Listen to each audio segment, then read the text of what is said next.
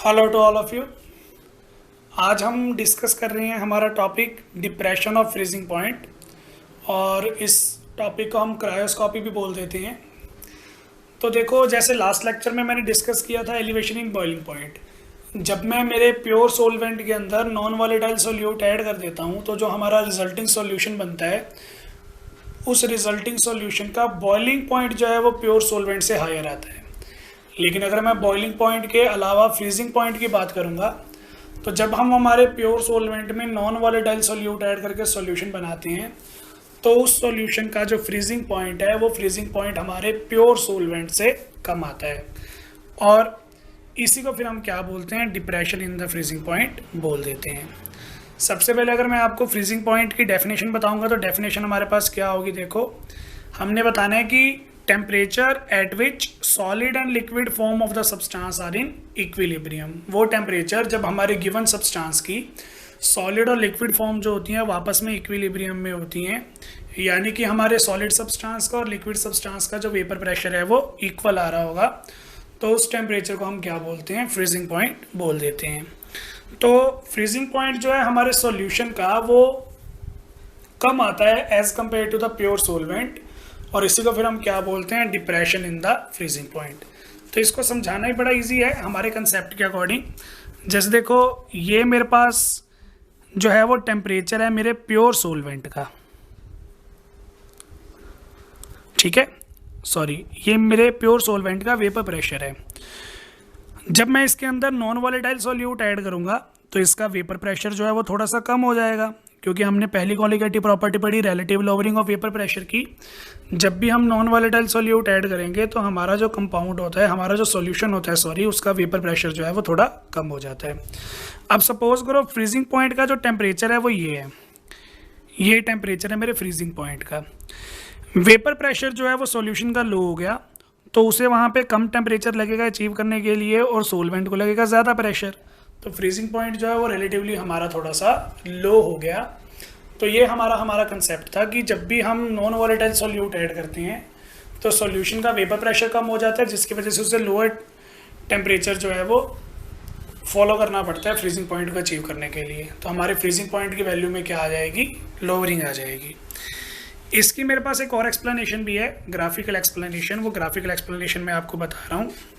सबसे पहले आप ग्राफ देखेंगे। ग्राफ के अंदर हमारे पास देखो एक्स एक्सिस पे टेम्परेचर और वाई एक्सिस पे जो है वो वेपर प्रेशर है। सबसे पहले मैंने ऊपर जो है वो आपको कर्व शो किया हमारे लिक्विड सोलवेंट की। जो हमारा सोलवेंट है वो ए बी तक तो लिक्विड है, बी के बाद जो है वो उसकी सॉलिडिफिकेशन जो है वो स्टार्ट हो जाती है, तो बी सी कर्व जो है वो हमारे सॉलिड सोलवेंट को शो कर रही है। सोलवेंट की कर्व मैंने ऊपर बनाई है, सॉल्यूशन की कर्व सॉरी मैंने नीचे बनाई है, क्योंकि जो हमारा सॉल्यूशन होता है, सॉल्यूशन उसका वेपर प्रेशर कम आ रहा होता है जब भी हम उसके अंदर नॉन वॉलेटाइल सोल्यूट ऐड कर देते हैं। तो देखो, बी पॉइंट था जहाँ पे हमारे सोलवेंट की फ्रीजिंग जो है वो स्टार्ट हुई, लेकिन सॉल्यूशन का वेपर प्रेशर कम था। सॉल्यूशन का वेपर प्रेशर कम होने की वजह से जो हमारा सॉल्यूशन है उसकी फ्रीजिंग स्टार्ट हुई है ई पॉइंट पे, मतलब लोअर टेम्परेचर पे, और जो सोलवेंट था उसकी फ्रीजिंग स्टार्ट हो गई थी हायर टेम्परेचर पे। तो यहाँ पे हमारे पास जो इन दोनों टेम्परेचर्स का डिफरेंस आ रहा होगा वो क्या आएगा, depression in the freezing point, जिसको आप डिनोट करते हो डेल्टा टी एफ से। तो डेल्टा टी एफ की वैल्यू हमारे पास यहाँ पे क्या आ जाएगी, डेल्टा टी एफ की वैल्यू हमारे पास आ जाएगी freezing point of pure solvent minus freezing point of the solution. तो ये हमारे पास हमारा कंसेप्ट है।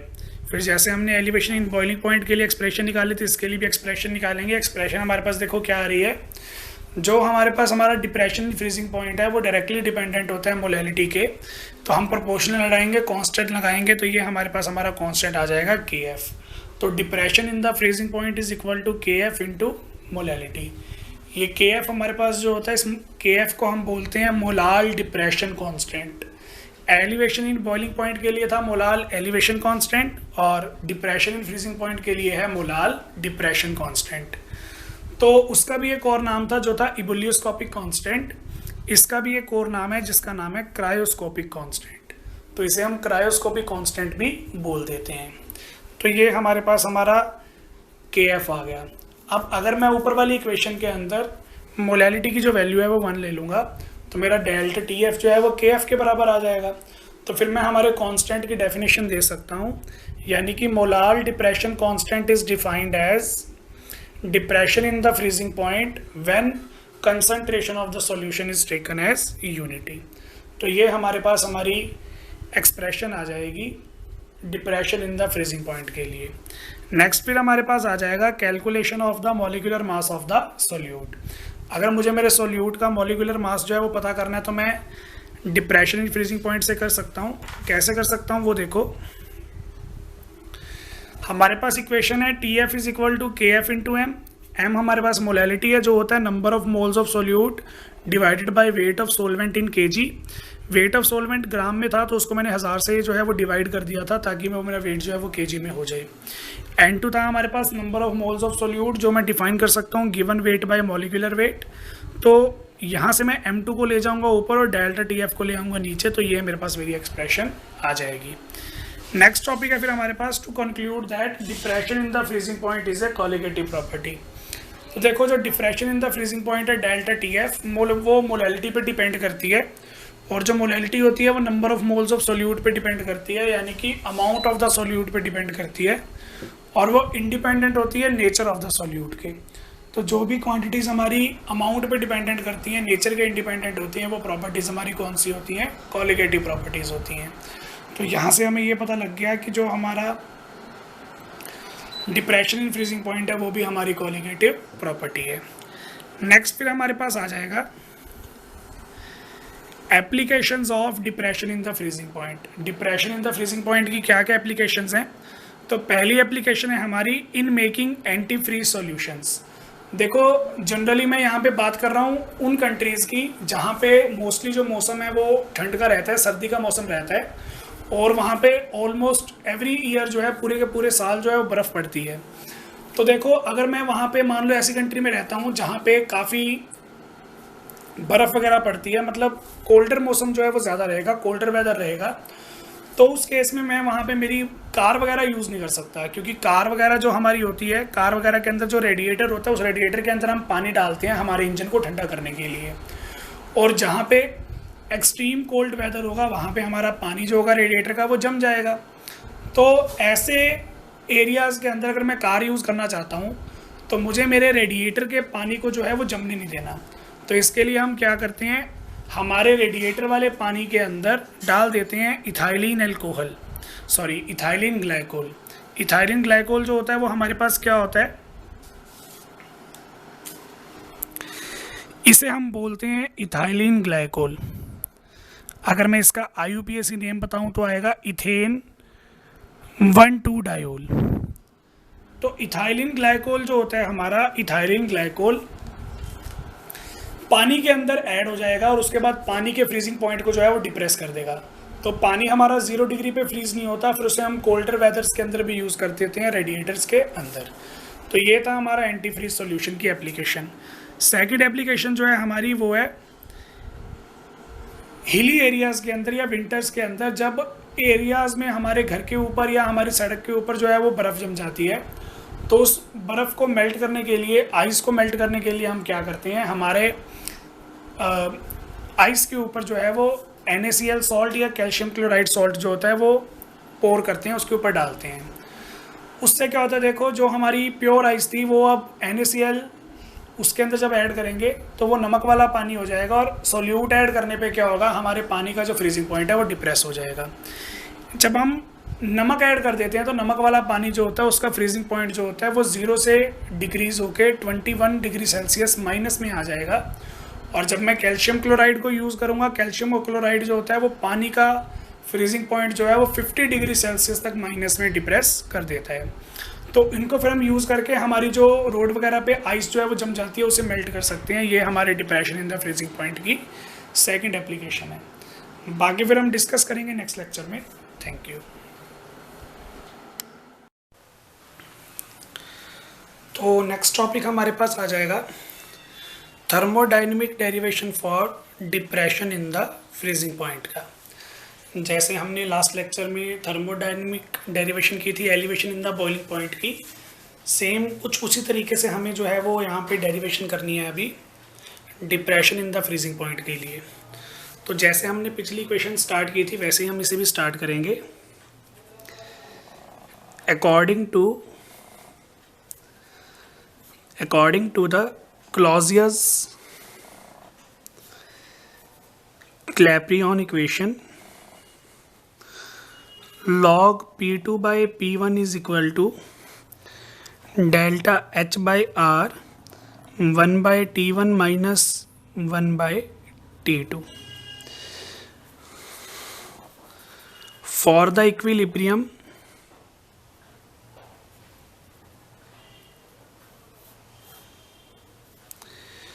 liquid to solid, जब हमारा लिक्विड सॉलिड में या सॉलिड लिक्विड में कन्वर्ट होता है तो उस प्रोसेस को हम क्या बोलते हैं? फ्यूज़न बोलते हैं।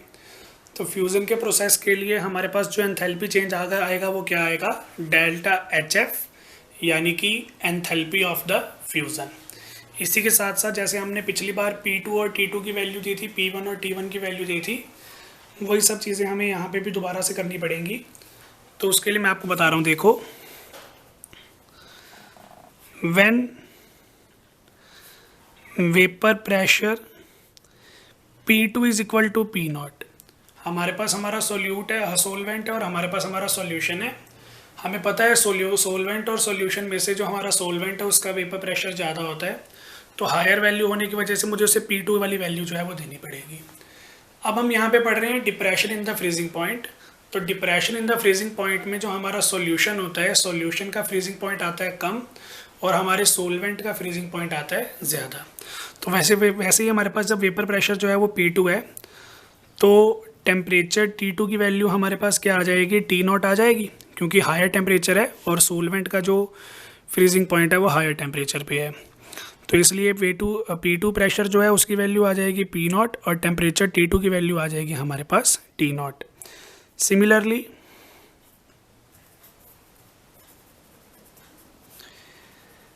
when vapor pressure P1 is equal to PS, then temperature T1 is equal to TS।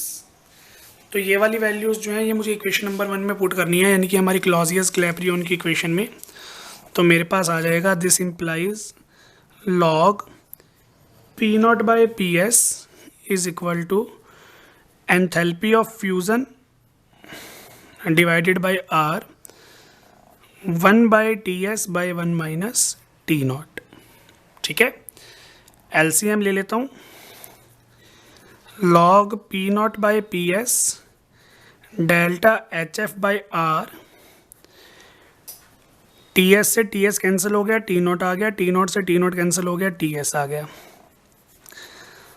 log P0 by PS delta HF by R, T0 minus TS हमारे पास क्या होगा? Depression in the freezing point, यानी कि delta TF TS into T0। ये हमारी equation number आ जाएगी 2। पहली equation में इसको मान लेता हूँ। तो अब यहाँ पे देखो क्या होगा, TS और T0 जो है वो मैं बनाऊंगा T0 स्क्वायर। कैसे? when the solution is dilute, तो जब सॉल्यूशन हमारा डाइल्यूट होगा तो फ्रीजिंग पॉइंट जो होगा हमारे सॉल्यूशन का वो लगभग सोलवेंट के इक्वल ही आ रहा होगा। तो मेरे पास मेरी इक्वेशन में हो जाएगा log P0 by PS is equal to delta HF by R delta TF by T0 square. ये मेरी हो गई इक्वेशन नंबर 3।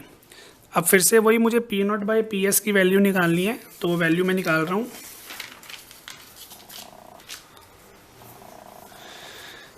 अकॉर्डिंग टू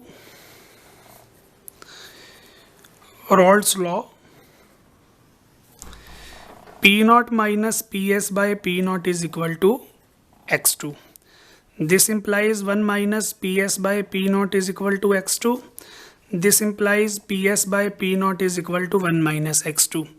ये मैंने वैसे ही सॉल्व किया जैसे मैंने लास्ट डेरिवेशन में सॉल्व किया था, तो इसलिए मैंने इसको भी मतलब डिटेल में आपको नहीं बताया, जो सिंपल स्टेप थे वो डायरेक्टली अप्लाई कर दिए। Taking log both sides, log PS by P0 is equal to log 1 minus x2। ये मेरे पास आ जाएगी equation number 4। Expanding right hand side of equation 4 as infinite series. जो हमारी इक्वेशन 4 का राइट हैंड साइड है उसे मैं एक्सपेंड कर रहा हूँ इनफाइनाइट सीरीज की तरह, जैसे पीछे किया था। तो log 1 minus x2 is equal to minus x2 minus 1/2 x2 का स्क्वायर माइनस 1/3 x3 का क्यूब। इस तरह से ये चलती जाएगी। डाइल्यूट सॉल्यूशन है तो मोल फ्रैक्शन ऑफ द सॉल्यूट जो है वो नेग्लिजिबल होगी। तो ये जो बड़ी क्वांटिटीज़ हैं ये सारी हमारी नेग्लेक्ट हो जाएंगी, बचेगी हमारे पास ये वाली क्वांटिटी। तो log 1 माइनस x2 की वैल्यू मेरे पास आ जाएगी माइनस x2। ये वाली वैल्यू मैं ऊपर पुट कर रहा हूँ इक्वेशन 4 में, सॉरी इक्वेशन 4 में। तो मेरे पास आ जाएगा log PS by P not is equal to minus x2, यानी कि log P not by P S is equal to x2। ये P not by P S की वैल्यू x2 आ गई, तो ये मैं पुट कर रहा हूँ इक्वेशन 3 में। इक्वेशन 3 पीछे थी हमारे पास, तो हमारे पास आ जाएगा x2 is equal to delta H V delta T F by R T not square. तो यहाँ से डेल्टा टी एफ की वैल्यू मेरे पास क्या आ जाएगी, R T not square into x2 delta H V. ये मेरे पास मेरी आ गई है इक्वेशन नंबर 5। अब फिर से हमें x2 को मोलैलिटी में चेंज करना है, और यहाँ पे जो हमें कांस्टेंट था हमारा मोलाल डिप्रेशन कांस्टेंट या क्रायोस्कोपिक कांस्टेंट, वो हमें यहाँ पे इंट्रोड्यूस करवाने हैं। तो उसके लिए देखो मैं क्या कर रहा हूँ, as we know mole fraction of the solute is equal to number of moles of solute divided by number of moles. As solution is dilute, solution जो है वो हमारा डाइल्यूट है, तो इसका मतलब यहाँ पे क्या हुआ, n1 plus n2 is approximate equal to n1। तो मेरे पास क्या आ जाएगा, x2 is equal to n2 by n1, यानी कि w2 by m2 into w1 by m1। तो ये मैं पुट कर रहा हूँ इक्वेशन 5 में। Put in equation 5। इक्वेशन 5 में इसको पुट कर देते हैं, मेरे पास आ जाएगा delta T F is equal to R T not square delta H F. Sorry यहाँ पे भी गलती हो गई, ये हमारे पास एंथैल्पी ऑफ फ्यूज़न है, तो यहाँ पे प्लीज़ आप इसे एफ कर लेना, ठीक है। Into w2 by m2 m1 by w1। अब ये m1 जो है वो यहाँ पे आके डिवाइड हो जाएगा, हमारे पास आ जाएगी latent heat of fusion delta H F by m1। बचा क्या, w2 m2 इंटू w1। अब ये w2 और w1 क्या थे देखो, number of moles of solute divided by w1। For molality it is defined as number of moles of solute dissolved in 1000 gram of solvent. तो मेरे पास यहाँ पे देखो क्या आ जाएगा, are T not square by L F n2 by w1 molality, और ये 1000 ग्राम solvent के अंदर हमने डिसॉल्व किया था, तो वो डिवाइड में आ जाएगा। तो यहाँ पे देखो ये जो हमारी कांस्टेंट वैल्यूज़ हैं ये सारी मल्टीप्लाई हो जाएंगी, और कांस्टेंट वैल्यूज़ मल्टीप्लाई होके हमें देंगी के एफ। एम मोलैलिटी यहाँ पे ऑलरेडी था ही, तो हमारे पास हमारा डिराइव हो जाएगा relation depression in the freezing point के लिए। यहाँ पे हमारे के एफ की क्या वैल्यू आ रही है, are T not square divided by latent heat of fusion. तो ये हमारे पास हमारी डेरिवेशन थी, बाकी फिर डिस्कस करेंगे नेक्स्ट लेक्चर में। Thank you.